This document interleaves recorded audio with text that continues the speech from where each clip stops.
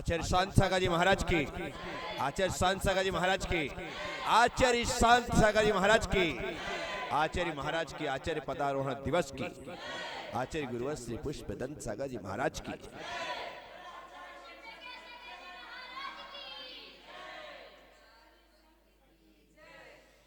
बीसवीं सदी के प्रथमाचार्य दिगंबर परंपरा को जिन्होंने आचार्य पद स्वीकार करके समृद्ध किया,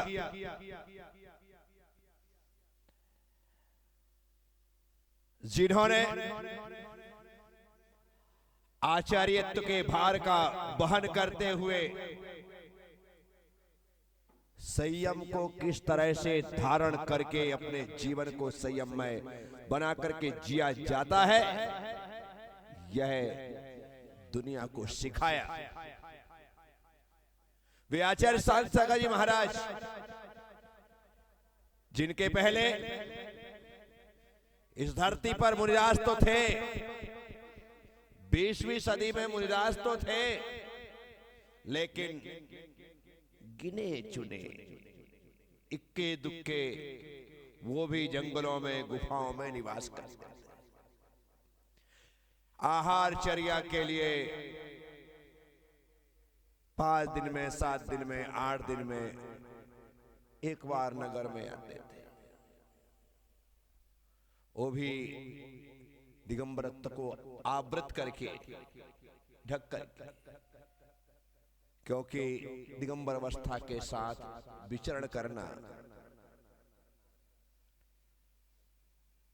मुश्किल था। उस मुश्किल घड़ी में आचार्य शांति सागर जी महाराज ने आने वाले समस्त उपसर्ग परिसहों को सहन किया और सारी दुनिया को दिगंबर मुद्रा से परिचय कराया। उन का नाम है आचार्य शांति सागर। अन्यथा दिगंबरत्व के साथ विचरण करना संभव नहीं था। अंग्रेजों की हुकूमत थी, जगह जगह मुस्लिमों की सल्तनत थी, नवाबों का दौर था, अंग्रेजों का बोलबाला था, देश परतंत्रता की जंजीरों से जकड़ा हुआ था। ऐसे समय में देश तो परतंत्र था ही, लेकिन किसी को स्वतंत्रता के साथ धर्म के आचरण की भी परमिशन नहीं थी।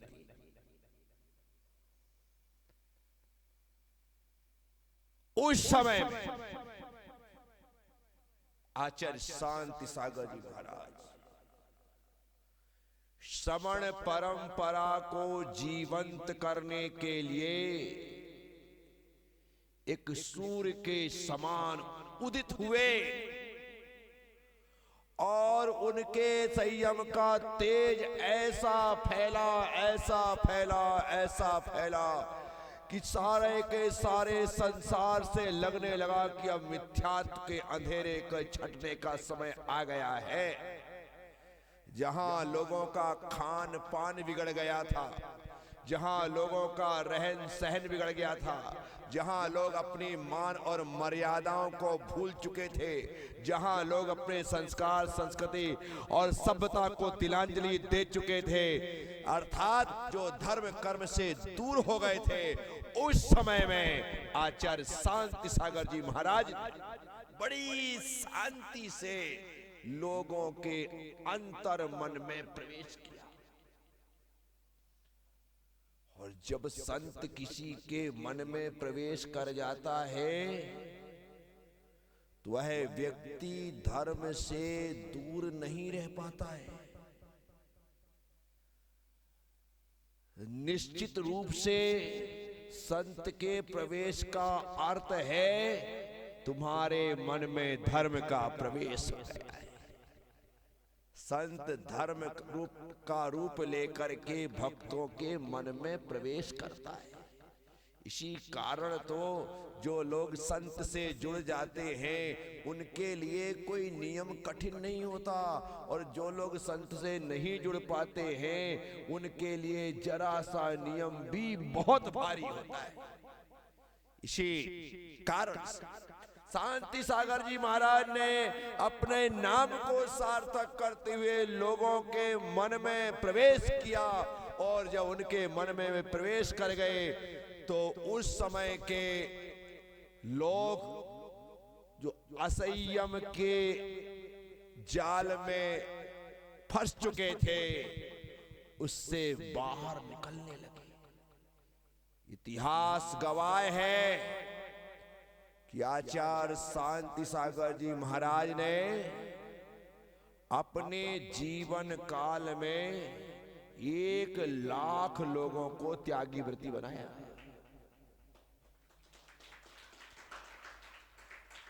क्या 1 लाख लोगों को त्यागी व्रती बनाया। एक बार में हजारों लोगों को यज्ञोपवीत प्रदान करते थे, एक साथ हजारों लोगों को नियम देते थे। लोग ऐसे धर्म की गंगा में स्नान करते थे कि पूछेगा मत। उस समय जब साधन संसाधन की कमी थी, आने जाने की सुविधाओं की कमी थी, उस समय भी उनकी सभाओं में हजारों लोग आकर के बैठते थे। नागपुर का वह कार्यक्रम, उनका प्रवास एक इतिहास को स्वर्णिम अक्षरों में लिखता है कि आचार्य महाराज ने एक दिन में ही 10,000 लोगों को एक साथ यज्ञोपवीत प्रदान करके उन्हें जैनत्व की दीक्षा दी। वो है नागपुर की। कमाल किया है उन्होंने। जो सोच लिया वो करके रहे। भले ही उस समय मुंबई स्टेट सरकार स्टेट कहलाता था और उसकी हुकूमत कर्नाटक के उस छोर तक और यहाँ पूरे गुजरात तक चलती थी। एक ही स्टेट कहलाता था। बाद में बढ़ते बढ़ते गुजरात अलग हो गया, महाराष्ट्र अलग हो गया, कर्नाटक अलग हो गया, अन्यथा हुमचा से लेकर के पूरे गुजरात तक एक ही मुंबई स्टेट होता था। उस समय सभी को धार्मिक स्वतंत्रताएं दे दी गई कि कोई भी व्यक्ति किसी भी मंदिर में जाकर के पूजा आराधना कर सकता है। जात पात का कोई भी यहाँ पर भेदभाव नहीं रहेगा। ये चीज खुली छूट कि कोई भी व्यक्ति कहीं भी किसी मंदिर में जाके पूजा पाठ कर सकता है, किसी को रोक टोक नहीं कर सकते, जो चाहे वहां पे घुस सकता है। आचार्य महाराज ने कहा इससे तो सारा का सारा मंदिर का आशय समाप्त हो जाएगा। जिन लोगों को अपने मंदिरों से, अपने भगवानों से कोई मतलब नहीं होता है, वो लोग यदि मंदिर में आ जाएंगे तो मंदिर की शुचिता पवित्रता सब नष्ट हो जाएगी। आचार्य महाराज ने संकल्प लेकर के बैठ गए, जब तक सरकार यह आदेश वापस नहीं लेगी तब तक मैं अन्न ग्रहण नहीं करूंगा। और उन्होंने अन्न का त्याग कर दिया। 6 साल निकल गए, अन्न ग्रहण नहीं किया महाराज ने। तब जाकर के जब मुंबई स्टेट ने अर्थात सरकार ने लिखित रूप में फरमान जारी किया कि नहीं, जैन मंदिरों में जैन लोगों की ही पूजा व्यवस्था रहेगी, वहां पर अन्य लोग नहीं जा सकते, तब जाकर के महाराज ने अन्न ग्रहण किया। अन्यथा इतने समय तक वो इस संकल्प में डटे रहे। वो शांति सागर जी महाराज जिन्होंने लोहा लिया, अर्थात सरकार से भी टकराते रहे, खुद नहीं गए, लेकिन जब संकल्प लेकर के बैठ गए सरकार को आकर के घुटने टेकने पड़े। दिल्ली में प्रवास था,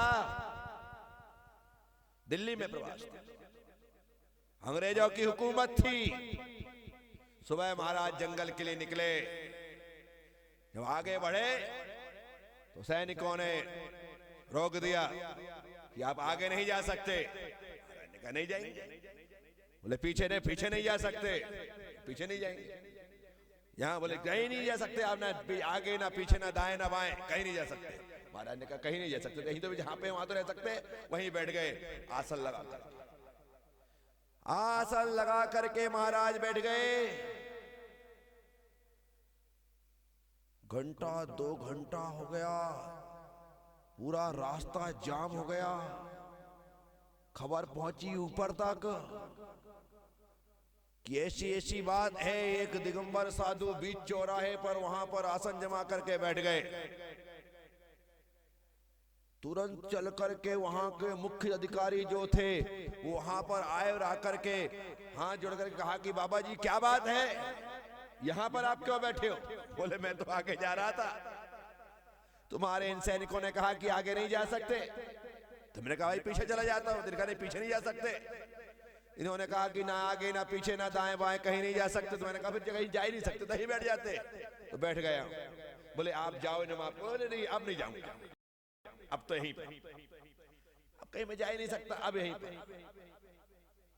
क्या बाबा जी क्या कर रहे हैं आप? आपको जाना पड़ेगा, उठना पड़ेगा। नहीं भाई, अब तो मैं तभी उठूंगा जब लिखित रूप से दिया जाएगा कि दिल्ली के किसी भी रास्ते पर दिगंबर साधु आ जा सकता है, तभी मैं यहां से उठने वाला हूं। लिख करके देना पड़ा कि दिल्ली क्या कहीं भी आप जहां जाओ वहां पर बेरोक-टोक आ जा सकते हो। जैसे ही लिखित मिला महाराज उठ करके चलते बने। वो आचार्य शांति सागर जी महाराज जिन्होंने ऐसे कार्य किए।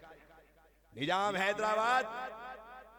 हैदराबाद प्रवेश के पहले उन्हें बाहर रोक दिया जाता है, चारों दरवाजे बंद कर दिए कि अंदर प्रवेश नहीं मिलेगा। कोई बात नहीं, जाना तो यहीं से, रास्ता यही है, नहीं जाने दोगे तो पर बाहर ही बैठे हैं। महाराज बाहर ही बैठ गए, ध्यान लगा। एक दिन निकल गया, 2 दिन निकल गए, तीसरा दिन हो गया, बैठे ही महाराज बाहर। जाएंगे इसी रास्ते से, जाएंगे तो पीछे नहीं जाएंगे। पूरा मुस्लिम कंट्री है, मुस्लिम प्रदेश है। निजाम हैदराबाद ने साथ बनाया। तीसरे दिन रात में बेगम साहिबा को सपना आता है कि जिन्हें बादशाह ने, नवाब ने बाहर रोक रखा है, वो व्यक्ति सामान्य कोई फकीर नहीं है, वो तो फरिश्ता है। सुबह उठ करके कहती है कि आप क्या कर रहे हो, किसको रोक रखा है? वो कोई साधारण फकीर नहीं है, फरिश्ता है, उसका स्वागत करो, उसे लेकर के आओ। 500 बेगम थी उसकी, निजाम हैदराबाद की। स्वयं अपनी बेगमों के साथ आता है, दरवाजे खुलते हैं, महाराज के हाथ जोड़ते हैं और सम्मान के साथ हैदराबाद लेकर के जाते हैं। वो आचार्य शांति सागर, ऐसे आचार्य शांति सागर जी महाराज ने जिस तरह से धर्म का परचम फैलाया, और आज यदि धर्म की पताका फहराई हुई है, चारों तरफ जय जयकार हो रही है, तो आचार्य शांति सागर जी महाराज की देन है। ऐसे आचार्य शांति सागर जी महाराज जिनके आचार्य पदारोहण दिवस के अवसर पर, क्योंकि आज से आचार्य पदारोहण का शताब्दी वर्ष प्रारंभ हो रहा है और 1 साल तक सारा दिगंबर जैन समाज आचार्य महाराज के इस आचार्य शताब्दी महोत्सव पर जगह जगह कार्यक्रम आयोजित करते हुए उनका गान, यशोगान, गुणगान करके अपने आप के जीवन को सार्थकता प्रदान करेगा। तो ऐसे आचार्य महाराज के इस आचार्य पदारोहण दिवस पर मैं आचार्य प्रज्ञा सागर, जिन्हें अपना इष्ट, अपना आराध्य, अपना आदर्श मानता हूं, जिन आचार्य शांति सागर जी महाराज के 100वें दीक्षा दिवस पर मैंने एक छोटा सा तीर्थ उनकी जन्मभूमि भोज में शांति सागरम तीर्थ के नाम से समर्पित की। मैं अपने आप को गौरवान्वित महसूस करता हूं कि 100 साल बाद कम से कम मुझे एक पंखुड़ी विनयांजलि के रूप में उनके चरणों में समर्पित करने का यह अवसर प्राप्त हुआ। तो साथियों, आज हम खुश हैं कि ऐसे आचार्य महाराज की वंश परंपरा में जी रहे हैं। ऐसे आचार्य महाराज के उस तपोभूत चरणों से पवित्र और पावन हुई धरती पर विचरण करने का हमें अवसर मिल रहा है। अपने इस कंठ से, अपने इस जिह्वा से उनका गुणगान गाने का अवसर हमें प्राप्त हो रहा है। आज हमारा जीवन, हमारा कंठ, हमारे स्वर, हमारे शब्द, सब कुछ उनका गुणगान गाते हुए सफल और सार्थक हो रहे हैं। तो हम तो अपने आप को सौभाग्यशाली समझते हैं कि आचार्यवर आपने जिस धरती को पावन किया है, हमने उस धरती की माटी को माथे पे लगा करके अपने जीवन को पावन किया है। बस आपके कारण बस हमारा जीवन ऐसे ही पवित्र और पावन होता चले, क्योंकि पावन उन्हीं का जीवन होता है जो अपना जीवन ज्यादातर वन में व्यतीत करते हैं, उनका जीवन पावन होता है। क्या? जो अपना ज्यादातर जीवन वन में व्यतीत करते हैं, उनका जीवन पावन होता है। बोलो, उनका जीवन पावन होता है। तो हम लोग निश्चित तौर पर, आप कहोगे फिर महाराज जी आपकी क्या व्यवस्था है, कब तैयारी है, कब जा रहे हो आप वन में? साधु संत जहां रहते हैं वहीं पर तपोवन होता है, वहीं पर तपस्वी जहां बैठ जाए, जिस पेड़ के नीचे बैठ गया वही तपोवन हो गया। कोई भीषण जंगल, भयंकर जंगल हो, वहां खूंखार जानवर हो, शेर और चीते हो, सर्प और बिच्छू हो, वहां पर बैठो, वही वन नहीं है। जहां पर साधु आसन जमा लेता है वह स्थान तपोवन हो जाता है। इसीलिए मैं आप सबसे कह रहा हूं, मन को पावन बनाने के लिए हमें तपोवन में बैठ करके अपने आप के जीवन को सफलीभूत करना होगा। तो साथियों, आचार्य महाराज के जीवन के बहुतेरे प्रसंग हैं, जिन्हें सुन करके, जिन्हें पढ़ करके शरीर का रोम रोम रोमांचित हो जाता है। बाप रे, 100 साल पहले भी कोई ऐसा व्यक्ति धरती पर था जिसने 1000, 2000, 5000 पहले के साधु संतों जैसी साधना की। 100 साल पहले धरती पर ऐसा साधु था जिसने 2000 साल पहले, 5000 साल पहले होने वाले साधु जैसी तपस्या की, साधना की। जंगल में बैठे सर्प आकर के लिपट गया। एक बार नहीं, 2 बार नहीं, 3 बार नहीं, 5 बार ऐसी घटनाएं घटी। आकर के अटखेलियां कर रहा है, महाराज को कोई तकलीफ नहीं, ध्यान करने बैठे, सामने सिंह आकर के बैठ गया। एक बार नहीं, 2 बार नहीं, 3 बार ऐसी घटनाएं घटी। सांप ने आकर के पूरे शरीर में आकर के चींटियां चिपक गई, जैसे यशोधर मुनिराज के शरीर पर चींटियां चिपकी थी। यहाँ पूरा शरीर खून से लथपथ हो गया, चींटियां काट काट करके। लेकिन रात भर महाराज बैठे रहे। कभी हमने कहानी सुनी यशोधर मुनिराज की, और यहाँ पर कहानी सुनी आचार्य शांतसागर महाराज की। ऐसा हुआ कि महाराज के गुप्तांग में आकर के एक कीड़ा चिपक गया और खून की धारा ऐसी बह गई, धारा बहती गई। हमें तो ऐसा लगा कि जैसे कर्ण के जांग में एक कीड़ा चिपका था और खून की धारा बही थी और वो हिला नहीं था। बस वैसे ही हमारे महाराज अपने आत्मबल के साथ ऐसे बैठे रहे, खून की धारा बहती रही लेकिन हिले नहीं। धन्य वे शांति सागर महाराज। हम तो यही मानते हैं कि 100 साल पहले भी चतुर्थ काल के तपस्वी साधु जैसे कोई साधना करने वाला धरती पर हुआ है, वो चारित्र चक्रवर्ती आचार्य शांति सागर जी महाराज हुए हैं, जिनसे हम बहुत ज्यादा प्रभावित हैं। हमें लगता है कि हे प्रभु, हमें तो जरा सी सर्दी, जरा सी गर्मी सहन नहीं होती है, जरा सी भूख, जरा सी प्यास सहन नहीं होती है, जरा से मच्छर, जरा सी मक्खियां का उपसर्ग सहन नहीं होता है। आपने कैसे कैसे इन कष्टों को सहन किया होगा, हमें समझ नहीं आता है। बस प्रभु, हम पर ऐसी कृपा बरसाइए, जहां पर जिस स्वर्ग में आप हैं वहीं से ऐसा आशीर्वाद भेजिए, ऐसा आशीर्वाद भेजिए कि वो वहां से चल करके सीधे पुष्पगिरी में आए और पुष्पगिरी में आकर के आचार्य प्रज्ञा सागर और उनके संग पर बरस जाए और आपकी तरह हम ऐसी साधना में निपुण हो सके। बस यही आपके चरणों में कोटिशः प्रणाम करते हुए अपनी विनयाञ्जलि समर्पित करते हैं। नमोस्तु भगवन, नमोस्तु भगवन, नमोस्तु भगवन। बोलिए चारित्र चक्रवर्ती आचार्य शांति सागर जी महाराज की जय।